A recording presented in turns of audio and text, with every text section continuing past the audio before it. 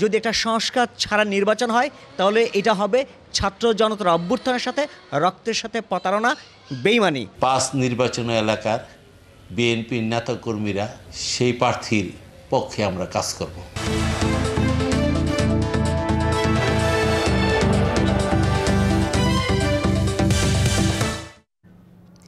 দেশজুড়ে নানা অস্থিরতার মধ্যে নারায়ণগঞ্জ মহানগরে এখন আলোচনায় জাতীয় নির্বাচন। তবে সরকারপন্থী রাজনৈতিক দলগুলো নির্বাচনের আগে সংস্কারের উপর জোর দিচ্ছে। আর আলোচনায় রয়েছে বিএনপির বেশ কয়েকজন প্রার্থীর নাম। নিজ নিজ দলের অবস্থান তুলে ধরতে নিয়মিত সভা সমাবেশ করছে রাজনৈতিক দলগুলোর প্রার্থী চূড়ান্ত না করলেও দল মনোনীত প্রার্থীকে পূর্ণ সমর্থনের আশ্বাস নেতাকর্মীদের। প্রাচ্যের ডান্ডিখ্যাত শীতলক্ষা তীরের শহর নারায়ণগঞ্জ দেশের অন্যতম নদীবন্দর ও টেক্সটাইল খাতের ব্যবসা ও শিল্পের কেন্দ্র হিসেবে পরিচিত। শহর ও বন্দর এই দুই অঞ্চল নিয়ে নারায়ণগঞ্জ 5 আসন। বাণিজ্যিক নগরী হওয়ায় গুরুত্বপূর্ণ ভূমিকায় এর রাজনীতি।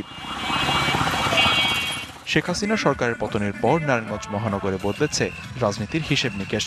মাঠে নেই আওয়ামী লীগ, তবে সাংগঠনিক কর্মসূচি নিয়ে ব্যস্ত অন্য রাজনৈতিক দলগুলো। গণপরিষদ নির্বাচনের দাবিতে নিয়মিত কর্মসূচি পালন করছে সরকারপন্থী জাতীয় নাগরিক কমিটি ও বৈষম্য বিরোধী ছাত্র আন্দোলন। তাদের মতে গণপরিষদ নির্বাচন আগে হলে সব দলমতের ভিত্তিতে সংস্কার করা যাবে। আমরা যদি নতুন বাংলাদেশ না তৈরি করে নির্বাচনে যাই তাহলে আসলে 75 পরবর্তী যে সময়টা আসলে অতিবাহিত হয়েছে বাংলাদেশে সেই ধারাই আসলে বাংলাদেশ চলতে থাকবে। আমাদের দরকার হচ্ছে গণপরিষদ নির্বাচনটা আগে, তারপর হচ্ছে জাতীয় নির্বাচন। গণপরিষদ নির্বাচন যদি এখন হয় তাহলে কি হবে, সকল দল মত নির্বিশেষে সকল মানুষের অংশগ্রহণ থাকবে গণপরিষদ নির্বাচনে। প্রায় একই সুরে সংস্কারের দাবি তুলছে গণসংহতি আন্দোলনও। তারা বলছে অভ্যুত্থান ক্ষমতার হাত বদলের নয়, বরং কাঠামো পরিবর্তনের। এই অভ্যুত্থান কেবলমাত্র ক্ষমতার হাত বদল নয়, ক্ষমতার কাঠামো পরিবর্তন। যদি একটা সংস্কার ছাড়া নির্বাচন হয় তাহলে এটা হবে ছাত্র জনতার অভ্যুত্থানের সাথে রক্তের সাথে প্রতারণা, বেইমানি। এদিকে ন্যূনতম সংস্কারের পর জামায়াত নির্বাচন চাইলেও নারায়ণগঞ্জ 5 আসনে এরই মধ্যে প্রার্থী নির্ধারণ করেছে দলটি। এছাড়া সভা সমাবেশের মধ্য দিয়ে সাংগঠনিক ভিত আরও মজবুতের চেষ্টায় তারা। সংগঠন 300 আসনেই নির্বাচন করার প্রস্তুতি নিচ্ছে। প্রয়োজনীয় সংস্কার যেটুকু না হলেই নয়, সেটুকু হওয়া দরকার এবং তারপরেই নির্বাচন হওয়া দরকার। স্থানীয় জনশক্তি যারা আছে, জামাতের যারা জনশক্তি, তাদের মতামত এবং জনমত জরিপের একটা মতামত আমরা কেন্দ্রে পাঠিয়েছি।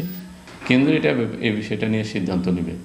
নারায়ণগঞ্জের গুরুত্বপূর্ণ এই আসনটিতে বিএনপির সম্ভাব্য প্রার্থী হিসেবে নাম আসছে সাবেক এমপি আবুল কালাম, মহানগর বিএনপির আহ্বায়ক সাখাওয়াত হোসেন খান ও মহানগর যুবদলের সাবেক সভাপতি মাকসুদুল আলম খন্দকার খোরশেদ সহ আরও কয়েকজনের।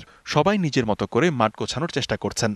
যারই জনপ্রিয়তা থাকবে যে প্রার্থীর, সেই প্রার্থীকেই আগামী জাতীয় সংসদে বাংলাদেশ জাতীয়তাবাদী দলের পক্ষ থেকে ধানের শীষ প্রতীক দেওয়া হবে। 5 নির্বাচনী এলাকার বিএনপির নেতাকর্মীরা সেই প্রার্থীর পক্ষে আমরা কাজ করব। এদিকে নির্বাচনের আগে প্রয়োজনীয় সংস্কার ও নতুন ধারার রাজনীতি চান বিশিষ্টজনেরা।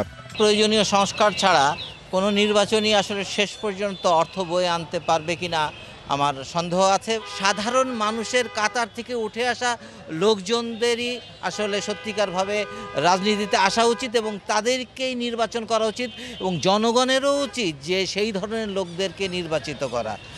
রাজনৈতিক দলগুলোকে জনগণের অধিকার নিয়ে কাজ করার তাগিদ সাধারণ মানুষের। DBC news desk.